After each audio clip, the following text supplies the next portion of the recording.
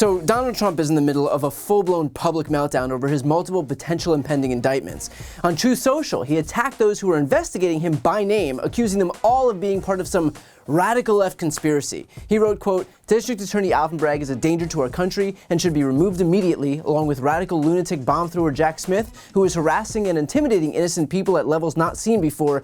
Get Trump Letitia James, the worst attorney general in the United States, and Atlanta DA Fani Willis, who is trying to make perfect phone calls into a plot to destroy America, but reigns over the most violent crime scene in America and does nothing about it."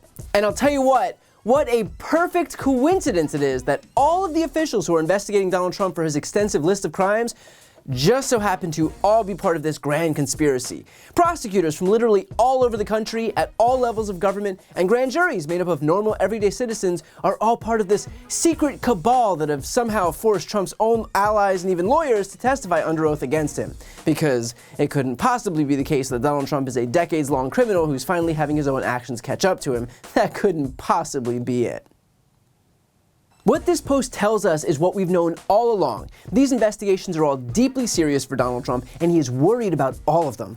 It's not a question of whether one investigation matters or one doesn't. Donald Trump is facing serious legal jeopardy on all fronts, from multiple parts of the country and at multiple levels of government. And based on these posts and his attorney's latest public appearances, it is clear that he's finally starting to internalize the degree of accountability that he's facing.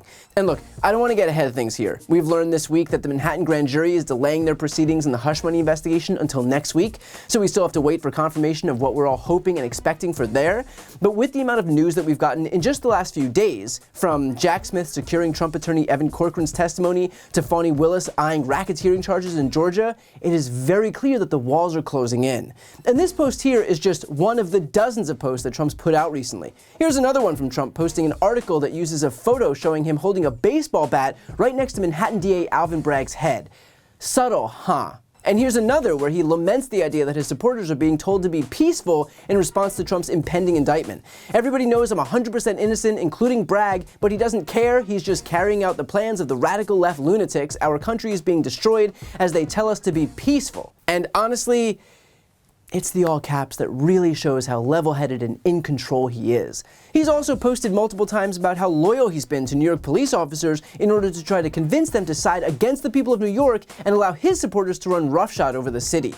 All of this is a very thinly veiled call to arms to his supporters, and the veil is very thin here. He's doing exactly what he did before January 6th to bait his supporters by appealing to their emotions, and then once all hell breaks loose, he jumps ship and leaves them to fend for themselves while he pretends that he had no involvement whatsoever. Rinse and repeat. I asked former federal prosecutor Glenn Kirshner about Trump's call to arms strategy in a recent episode of my legal series on YouTube called The Legal Breakdown. Glenn, what's Trump's incentive to make a post like this and to basically announce his arrest? Like, is it just to control the narrative and make sure that when there's coverage of this story, that his call to arms is a part of it? You know, I think, first of all, the chaos is the point, right? Anything he can do to distract from the fact that he's about to be indicted in New York and then probably Georgia and then probably federally, anything he can do to sort of take the focus off that message that he's a serial criminal and put it on something else, like, Brian, what you and I are discussing, the safety implications of what he has just posted, I think in Donald Trump's mind is all for the good. The other thing I feel like he's doing is he's trying to leverage public safety. He's trying to send the signal to the authorities that, you know what, I can kick up a lot of dust. I can endanger a lot of people. I did it on January 6th, and it looks like he's willing to do it again. So maybe you should rethink whether you really want to bring criminal charges against me. I actually think he probably looks back on Richard Nixon with envy, because Richard Nixon committed crimes in violation of federal law, in a very real sense, crimes against we the people. And what happened? Nothing. He lost his job, but he was pardoned and he got to live out his days in relative comfort. I'm sure Donald Trump has that in the back of his mind, and he is looking for any out he thinks he can find. And I believe that Donald Trump believes leveraging public safety like this gives him a bargaining chip. that he is willing to play to his advantage. And so look, I am sure that these insane rantings are only going to continue, and when an indictment is finally handed down, I think it's fair to say that the rantings will only devolve even further. But it's important that we don't look away or ignore what's going on here, considering this is the guy who is the leading candidate for the presidency from one of the two major political parties in this country. And as long as his base is listening to his every word and taking action as a result of those words, it's on all of us, for the sake of our democracy, to pay attention as well. Before you go, a quick announcement. I've started a Spanish YouTube channel.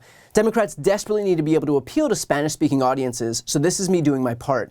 To help that channel get going in the algorithm so that we can finally start spreading our progressive message and breaking the conservative stranglehold on Spanish-speaking media, please subscribe and watch a few videos. The link to that channel, called Brian Tyler Cohen Espanol, is right here on this screen. And of course, to see more of my content in English, make sure to subscribe to this channel as well. The link is also right here on this screen. Thanks so much for watching.